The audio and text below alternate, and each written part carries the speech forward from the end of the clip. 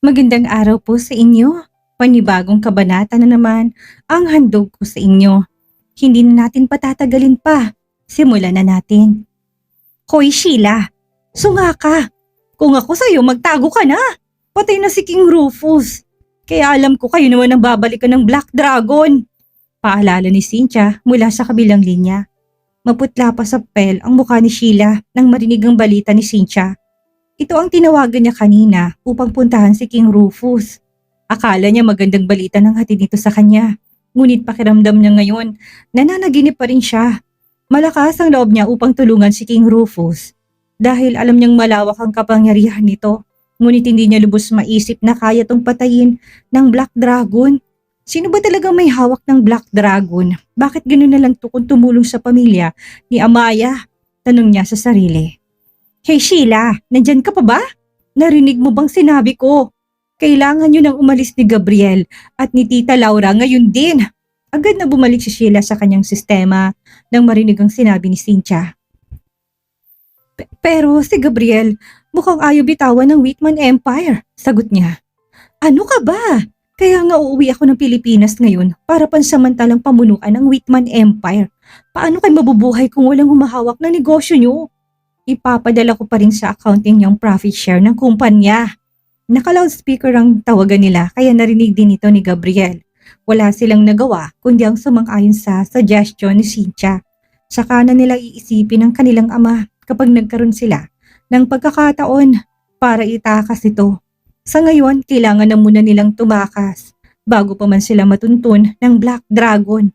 Matapos tawagin ni Cynthia si Sheila, ang ina naman niyang si Claudia ang tinawagan niya. Mommy, nagtagumpay ang plano. Naayon sa atin ang tadhana ngayon. Pumayag ng tumakas sa mga hangal. Ngayon ang pagkakataon upang pasukuin natin ang Whitman Empire. Very good anak. Talagang maasahan ka. Ginagamit mo talagang utak mo. Ngayon mo patunayan kay Amaya na mahirap kang kalaban. Sagot ni Claudia. Tuwang-tuwa ito sa ibinalita ng anak sa kanya. Ilang sandali pa, meron itong naalala. Siya nga pala anak, nanggaling ako sa ospital kahapon upang kumpirmahin ang balita kung totoong inilibing na si Marlon. Guess what? Nakasalubong ko si Dr. Pablo, ang ninong mo.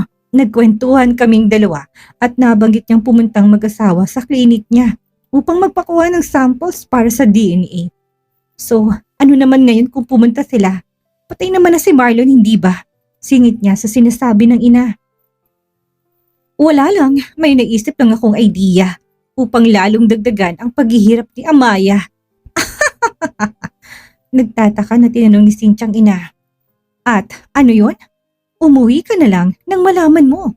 Sagot nito at halatang excited sa tono ng boses.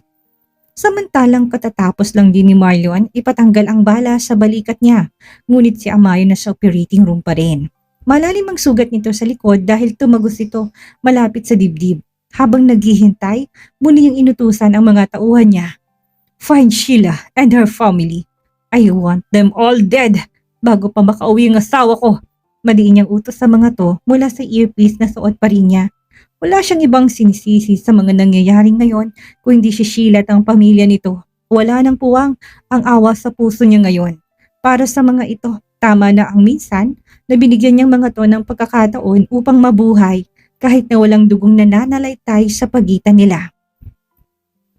Ngunit sinagat ng mga to ang pasensya niya. Hindi niya hayaan na may mangyari pang ulit sa kanyang mag-ina. What about the father, master? Tanong ng isa sa mga leader niya na ang tinutukoy ay si Rolando. Kill him too. Mabilis ang sagot at kagad namang tumalima ang lahat. Matapos ang 3 oras ng paghihintay niya sa labas ng operating room, sa wakas lumabas na rin ang doktor na nag-opera kay Amaya. Nakatulog na rin si Caleb sa kandungan niya kaya binuhat niya na lang ito at sinalubong ang doktor. You don't have to worry. The patient is safe now. She will be moved to a private room after an hour. Thank you, doctor. Tipid niyang sagot. 5 oras pang lumipas bago nagising si Amaya. Inikot ang kanyang paningin ng buong silid. Alam niyang nandito siya sa ospital. Naalala niyang nangyari sa kanya bago siya nawalan ng malay. Caleb, sambit niya at hinanap kaagad ang anak niya na walang pag-aalala niya ng mahagip ng kanyang mga mata si Caleb na naglalaro ng Rubik's Cube sa mahabang couch. Samantalang katabi naman itong lalaki naka-black mask na mahimbing na natutulog, nakahubad ang pangtaas na bahagi ng katawan nito, kaya kagad niyang nakitang bendahin ito sa balikat. Ito ang tinamaan nang sinubukan nitong protektahan siya. Ngunit nagkunot ang noon niya dahil familiar sa kanyang hulma ng hubad ng katawan nito. Ang maliit at pinong balahibo nito sa dibdib, ang 5 pakete ng abs sa tiyan, maging ang tattoo nito sa braso ni isang Black Phantom Snake. Kaya pala parang nakita niya ng simbolo ng Black Phantom Snake sa black mask nito. Dahil naalala niyang meron dito si Marlon, napalunok siya ng laway. Pakiramdam niya, lumakas ang tibok ng puso niya habang tinititigan to. Masayang lumapit si Caleb sa ina nang mapansin niya nagising nito. "Mommy!" Tawag niya tumakyat sa kama upang tumabi sa ina. "Shh! Black Phantom is still sleeping." Agad niyang saway sa anak. Binalingan naman ni Caleb ang ama. "Mom, sabi ni Daddy gisingin ko raw siya pagkagising mo." Wika ni Caleb na halatang nagpa-practice sa pagsasalita ng Filipino language. Ngunit hindi yun ang napansin ng ina kundi ang sinabi nito. "What did you say, Daddy?" Pag-ulit niya sa sinabi ng anak. "Yes, Mom. Why?" Nagtatakang tanong nito. Mabilis na muling pumikit si Marlon na makita ang panggigigil sa mukha ng asawa niya. "Naku patay, yari tayo nito." Usal niya sa sarili. "Marlon?" Napabalik pa siya ng bangon nang marinig ang malutong na sigaw ng asawa niya. Wala na siyang dahilan upang itago pang mukha sa ilalim ng maskara ni Black Phantom. Akmang tatayo na siya nang bumukas ang pintuan ng silid. Napabuga siya ng hangin nang makita sina King Charles, Doña Elizabeth at Dylan na pumasok. Pakiramdam niya nakaligtas siya sa dragon niyang asawa. "Amaya, mabuti naman at ligtas ka na." Umiiyak na niyakap niya ang anak. "Mom, Dad, pwede bang dalhin niyo na muna si Caleb sa labas? Mag-uusap lang kami ng asawa ko." Kunot noong nagkatingin na silang tatlo nang marinig ang sinabi ni Amaya. Ayaw nilang isipin na nababaliw na ito. Patay na si Marlon, ngunit bakit sinasabi nito na mag-uusap pa sila? Yun ang mga katanungan na tumatakbo sa isipan nila. Sabay silang napatingin sa direksyon ni Black Phantom na simpleng nakaupo sa couch. Pilit tinatakpan ng kaba nito, bakas ng pagkagulat ang buka ng tatlo dahil sa pumasok sa kanilang isipan. Hindi kaya si Marlon? Isang katanungan muli ang pumasok sa kanilang isipan. Gayunpaman, hindi na sila nagreklamo. Kinarga na lang ni King Charles ang apo at lumabas ng silid. Hindi alam ni Marlon kung paano magpapaliwanag. Nang marinig ng sarang pinto, hudyat na sila na lang ang natira sa loob ng silid. "Love," naiyak na tawag ni Amaya. "I'm sorry, love," nautal na wika ni Marlon. Akala niya magagalit ang asawa niya, ngunit hindi nangyari na muli itong magsalita. "I miss you, my man." Bumuhos ang luha ni Marlon nang pinuntahan si Amaya at niyakap ito. God knows kung gaano niya ito pinananabikan. "I miss you too, my woman. Sobra kitang na-miss." Madamdamin niyang wika habang nakayakap sa asawa. "Pwede ko bang makita ang mukha mo?" Tanong ni Amaya na kumalas na ito sa pagkakayakap sa kanya. "Pwede, pero promise mo sa akin, hindi mo ko iiwan." Wika niya na may halong pag-alala. "Love, kahit na anong makita ko sa mukha mo, hindi pa rin magbabagong pagmamahal ko sa iyo." Unti-unting tinanggal ni Amaya ang black mask ni Marlon. Lalong bumagsak ang luha niya nang makitang kaawa-awang sinapit ng mukha nito. Nanginginig ang kanyang kamay habang hinahaplos ito. Halos nasunog ng kabuuan, maging ang kilay, labi at pilik mata nito ay nasunog na rin. "I'm sorry, love. Dahil sa akin kung bakit nangyari ito sa'yo. Dahil sa akin." Hindi na natapos ang pagsalita ni Amaya dahil tinakpan na ng labi ni Marlon ang labi niya. Kumapit siya sa batok nito at gumanti na rin sa mga mainit itong halik hanggang sa kapwa sila kapusin ng hininga. "Love, wala kang kasalanan sa nangyari. Kaya hindi mo dapat sinisisi ang sarili mo. Pangit na ba ako?" Wala sa loob na tanong niya, dahilan upang mapangiti si Amaya. "Ikaw ang pinakagwapong pangit na nakilala ko." Nakangiti niyang sagot, dahilan kaya napakunot noo si Marlon. Hinintay muna ni Marlon na makapagpahinga ng 2 linggo si Amaya sa loob ng ospital bago sila nagdesisyon na umuwi ng Pilipinas. Ginamit na rin niyang 2 linggo na yon upang ibalik sa dati ang kanyang sunog na mukha. Naging matagumpay naman ang surgery. Mas lalo pa siyang naging gwapong tignan dahil sa makeover na ginawa sa kanya ng isang sikat na plastic surgeon. "Sean, pwede ba tayo mag-usap?" Naluluhang pakiusap ni Doña Elizabeth kay Marlon. Nalaman ni nitong buhay siya sa katauhan ni Black Phantom. Kasalukuyan silang nasa harap ng pintuan ng kanyang private jet. Ngayon ang araw ng alis nila, kasamang kanyang mag-ina, nakapasok na si Amaya at Caleb sa loob ng jet at siya na lang ang naiwan sa labas. Kasama ng tatlo, si Charles, si Dylan at Elizabeth. Wala siyang magawa kundi ang humarap kay Doña Elizabeth at maghintay ng sasabihin nito. Sana, tawag muli nito sa kanya dahilan upang makaramdam ng iritasyon ng pandinig niya. Sabihin niyo nang gusto niyong sabihin. Kasing lamig ng klima sa Wales ang pananalita niya. Okay sana kung anak ang tawag sa kanya dahil asawa siya ni Amaya. Ngunit alam niyang anak ang tawag sa kanya dahil naniniwala talagang mga to na siya si Marco. Anak, patawarin mo ko kung bakit nangyari to sa inyong dalawa ni Amaya. Ngunit pakiusap anak, magkadugo kayo. Kapatid mo siya. Paano kung mabuntis mo siya ulit? Mas lalo mo lang pinapalaki ang problema. Kaya nakikiusap ako hanggat maaga pa.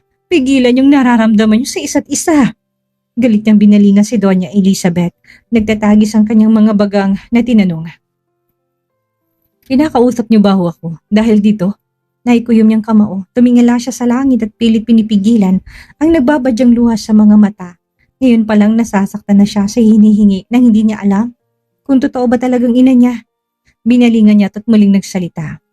Patunayan niyo na muna na ako si Marco. Saka ko pipilitin ng sarili ko na lumayo. Pero hanggat hindi pa napapatunayan ng anak ninyo ko, mananatili kaming magsasama ng asawa ko. Sakali mang totoo na magkapatid kaming dalawa, masakit mang sabihin ngunit ayokong kilalanin kayo bilang tunay kong ina. Mas gugustuhin ko pa na wala akong ina kaysa ituturing kong kapatid ang sarili kong asawa. Siya lang ang buhay ko at wala nang iba. Matapos niyang sabihin yun, hindi na siya nagpaalam pa. Mabilis ang kanyang mga hakbang na pumasok sa loob ng private jet. Aaminin niya nasaktan niya si Doña Elizabeth dahil sa mga katagang binitawan niya. Ngunit walang kasing sakit ang nararamdaman niya ngayon. Isipin pa lang na ilalayo niyang sarili kay Amaya sakaling lalabas ang resulta na tunay silang magkapatid. Naiiwan si Doña Elizabeth na parang tuod sa kanyang kinatatayuan. Saka palang bumagsak ang kanyang mga luha nang makitang unti-unting umangat ang gulong ng private jet ni Marlon at tuluyan na itong lumipad sa kalawakan. Marco! Marco! Sigaw niya habang nakaluhod at sinusundan ng tingin ang lumilipad itong private jet. Kasabay ng panlalabo ng kanyang mga mata dahil sa mga luha niya. Unti-unti na rin natatakpan ng puting ulap ang private jet nito. Sa isang iglap lang, tuluyan na itong nawala sa kawalan. Naikuyom ni Dylan ng kamao habang nakatingin sa kanyang itinuturing na ina. Bumagsak ang kanyang mga luha na dinaluhan ito at tinulungan. Ma'am, tama na. Niyakap niyang ina tinagod ang likuran nito upang kumalma. Sobrang awang nararamdaman niya para dito. Nandito ako, Mommy. Nakahanda ako maging Marco para sa inyo. Kailangan kita, Mom. Nanginginig ang kanyang boses habang sinasabi yon. Hindi, Dylan. Si Marlon lang ang kailangan ko. Sobrang saya ko nang malaman kung buhay si Marco. Pero masakit dahil mas gugustuhin pa niyang wala siyang ina. Huwag lang lumayo sa kanya si Amaya. Napakasama ko bang ina? Bakit ayaw niya akong tanggapin? Simulat sa pulang isilang ko siya. Hindi ko naranasan na yakapin siya. Hindi ko na iparamdam sa kanyang pagmamahal ko bilang isang ina. Mas lalong bumuhos sa mga luha ni Dylan habang pinapakinggan ang sinasabi ni Doña Elizabeth. Mommy, kaya mo na munang makapag-isip ng maayos si Marlon. Nandito ako, nakahanda ako maging Marco hanggat kailangan mo gusto. Ayoko nakikita kang ganyan, Mommy. Please, tama na. Marco, my baby! Mahigpit na yumakap si Doña Elizabeth kay Dylan. Kahit ngayon lang, gusto niya na munang maramdaman si Marco sa katauhan nito. Bagsak ang balikat at tumalikod si King Charles sa dalawa na kasalukuyan pa rin magkayakap. Nagpahid siya ng luha bago pumasok sa kanyang sasakyan. Mabigat ang dibdib niya. Hindi niya alam kung hanggang kailan magiging ganito ang problema ng kanyang pamilya. Habang nasa biyahe sa loob ng private jet, nakatulog si Amaya habang nakasandal sa dibdib ni Marlon. Sinuklay ng kamay niya ang buhok nito. Ilang beses na rin niyang paulit-ulit na hinahalikan ng noo nito habang mahimbing na natutulog. Masaya siya dahil hindi rin nagtagal ang pagtatago niya. Napagtagumpayan niya na mabawit iligtas ang kanyang mag-ina. Gayunpaman, hindi pa lubusan ng sayang nararamdaman niya sa tuwing iniisip ang tungkol sa relasyon nila. Paano nga ba kung magkapatid sila ni Amaya? Paano kung ang kanilang nararamdaman ngayon? Hindi pala pagmamahal kundi brotherly love lang. Kinapa niyang sarili, alam talaga niya na mahal niya ito. Ngunit hindi niya alam kung ang pagmamahal sa kanya ni Amaya ay bilang kapatid lang. Hindi niya namala na tumulo na palang luha niya sa kanyang mga naiisip. Ngayon pa lang, hindi niya na kayang mawala ito sa buhay niya. Muli niyang hinilikan ang noo nito. Sa pagkakataong ito, tumagal ang labi niya doon habang nakapikit. Napamulat ng mata si Amaya nang maramdaman ng pagbagsak ng mainit na likido sa kanyang pilik mata. Umangat siya ng mukha tinignan si Marlon. Love, bakit? Nag-aalala niyang tanong. Nakapikit pa rin ang mga mata nito. Niyakap siya dito ng mahigpit at siniksik ang mukha sa leeg niya. Gumanti na rin siya ng yakap dito. Love, may problema ba? Wala, love. Masaya lang ako dahil sa wakas magaling ka na. Mahal na mahal kita, love, kahit na anong mangyari. Sana palagi mong isipin yun. Garalgal ang boses ni Marlon habang sinasabi yun. Ano ka ba? Hindi ko naman kina-question ang pagmamahal mo sa akin eh. Alam ko na mahal mo ko. Bakit? May sinabi na naman ba sa'yo si Mommy? Tanong ni Amaya. Nakita niya kanina mula sa window na masinsinang nag-uusap ang dalawa bago pumasok si Marlon sa loob ng jet. Nagdududa siya na baka may kinalaman sa sinabi ng kanyang inang kalungkutan ngayon ng asawa niya. No, naalala ko lang ang DNA result natin. Hindi pa kasi natin nakukuha yun dahil sa pagdukot kay Caleb. Hindi ko alam kung bakit ako kinakabahan. Parang ayaw kong makitang resulta. Sagot niya habang nanatili pa rin nakasiksik ang mukha sa leeg ng asawa. Mabuti na lang at mahimbing na natutulog ang anak mo sa kabilang couch. Kung hindi magtataka na naman yan kung bakit ka umiiyak. She teased him upang mabawasan ang lungkot nito. Love, kung ano man na magiging resulta ng DNA, gusto ko ring malaman mo na ikaw lang ang lalaking mamahalin ko. Wala nang iba. Dagdag pa niya sa sinabi niya. Sino ba naman ang hindi maawa sa kalagayan ni Marlon habang pilit niyang tinatagong takot sa labas ng resulta ng DNA test? Nakakapukaw ng puso muling pagtatagpo ng kanilang pamilya. Pero habang naglalakbay sila pabalik ng Pilipinas, nanatiling nakabitin ang tanong na pwedeng gumiba sa buo nilang buhay. Magkapatid nga ba talaga sila? Kung may isang mahalagang aral tayong may papabaon ngayong araw, yun ay ito. Ang tunay na pagmamahal hindi kaagad sumusuko sa gitna ng takot at pag-aalinlangan. Minsan ang pinakamalaking katapangan ay hindi ang pakikipaglaban sa kalaban, kundi ang pagharap sa katotohanan na magkahawak ang inyong mga kamay. Sa tingin ninyo, ano kayang tunay na lalabas sa DNA test ni Marlon at Amaya? At anong bagong pasabog ang gagawin ni Cynthia at Claudia sa Whitman Empire? Mag-comment ng inyong mga saloobin at huwag kalimutang i-like at i-share ang ating episode hanggang sa susunod na kabanata.